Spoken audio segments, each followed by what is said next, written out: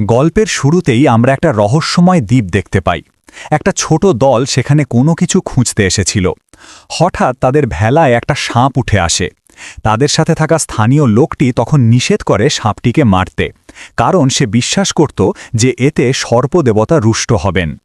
এর ঠিক পরেই পানি থেকে অসংখ্য সাপ উঠে এসে তাদের ঘিরে ফেলে। ভয়ে সবাই আতঙ্কিত হয়ে সাপগুলো মারতে শুরু করে। এতে স্থানীয় লোকটি আরও বেশি ভয় পেয়ে যায় এবং তাদের থামাতে চায়। লোকটির কথা শুনে ক্যাপ্টেন লি সঙ্গে সঙ্গে সবাইকে থামিয়ে দেন। ঠিক তখনই তাদের ভেলায় কোনো কিছু ধাক্কা লাগে এবং খুব কাছ দিয়ে চলে যায়। সবাই আবার বন্দুক হাতে তৈরি হয়। তখনই তারা দেখতে পায় তাদের নিচ দিয়ে একটা বিশাল সাপ চলে যাচ্ছে, যার অস্তিত্ব সম্পর্কে কারও কোনো ধারণা ছিল না। সেই দৈত্যাকার সাপটি হঠাৎ আক্রমণ করে বসে। সবাই পানিতে পড়ে যায় এবং তাদের অবস্থা খারাপ হয়ে যায়। দৈত্যাকার সাপটি তাদের একজনকে এক ঝটকায় খেয়ে ফেলে। এই দেখে লি তার কয়েকজনকে অন্যদের উদ্ধার করতে বলেন, কিন্তু সেই ফাঁকে সাপটি তাদের আরও একজনকে খেয়ে ফেলে। এরপর সবাই একযোগে সাপটির ওপর গুলি চালানো শুরু করে। এতে সাপটি অন্যদিকে চলে যায়। সুযোগ পেয়ে সবাই পানি থেকে ওঠার চেষ্টা করে, কিন্তু সাপটি ততক্ষণে তাদের আরও একজনকে গিলে ফেলে।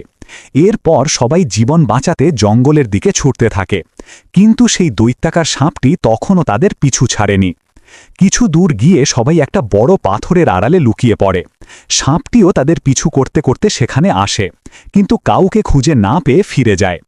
এরপর লি তার দল নিয়ে জঙ্গলের গভীরে চলে যান। তাদের মনে হয় তারা সাপটি থেকে অনেক দূরে চলে এসেছে, কিন্তু আসলে সেটি ঠিক তাদের পেছনেই দাঁড়িয়েছিল। ঠিক এই সময় লি একটা আওয়াজ শুনতে পান। তিনি তার লোকজন নিয়ে একটা খোলা জায়গায় চলে আসেন এবং সবাই সতর্ক হয়ে যায়। কিন্তু হঠাৎ সেই দৈত্যাকার সাপটি স্থানীয় লোকটিকে খেয়ে ফেলে। এই দেখে সবাই তার উপর গুলি চালাতে শুরু করে, কিন্তু আসলে সে তখনও আশেপাশে লুকিয়েছিল। লি তার লোকজনের সাথে তার মোকাবেলা করার জন্য তৈরি হন।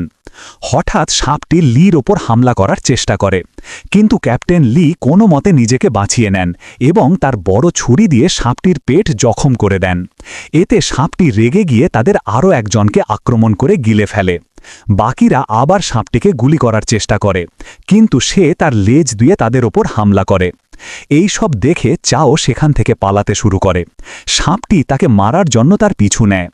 এর মধ্যে চাও একটা গাছের ফাঁক দিয়ে বেরিয়ে আসে, আর তাকে আক্রমণ করার চক্করে দৈত্যাকার সাপটি সেখানেই আটকে যায়। সে নিজেকে আর বের করতে পারে না। এটা দেখে লি সেখানে গ্রেনেড ছুড়তে চেষ্টা করেন, কিন্তু ঠিক তখনই দৈত্যাকার সাপটি তার ওপর হামলা করে। এদিকে গ্রেনেডের বিস্ফোরণে চাও মারাত্মকভাবে আহত হয়। চাওয়ের সঙ্গী তাকে সাহায্য করতে আসে, কিন্তু সেই মুহূর্তে সাপটি তার সামনে চলে আসে। তখন গল্পে ২৫ বছর পরের দৃশ্য দেখানো হয়, যেখানে টাং এবং সিইও কোনো একজনকে খুঁজতে এসেছিলেন। হঠাৎ একজন লোক তাদের উপর আক্রমণ করার চেষ্টা করে।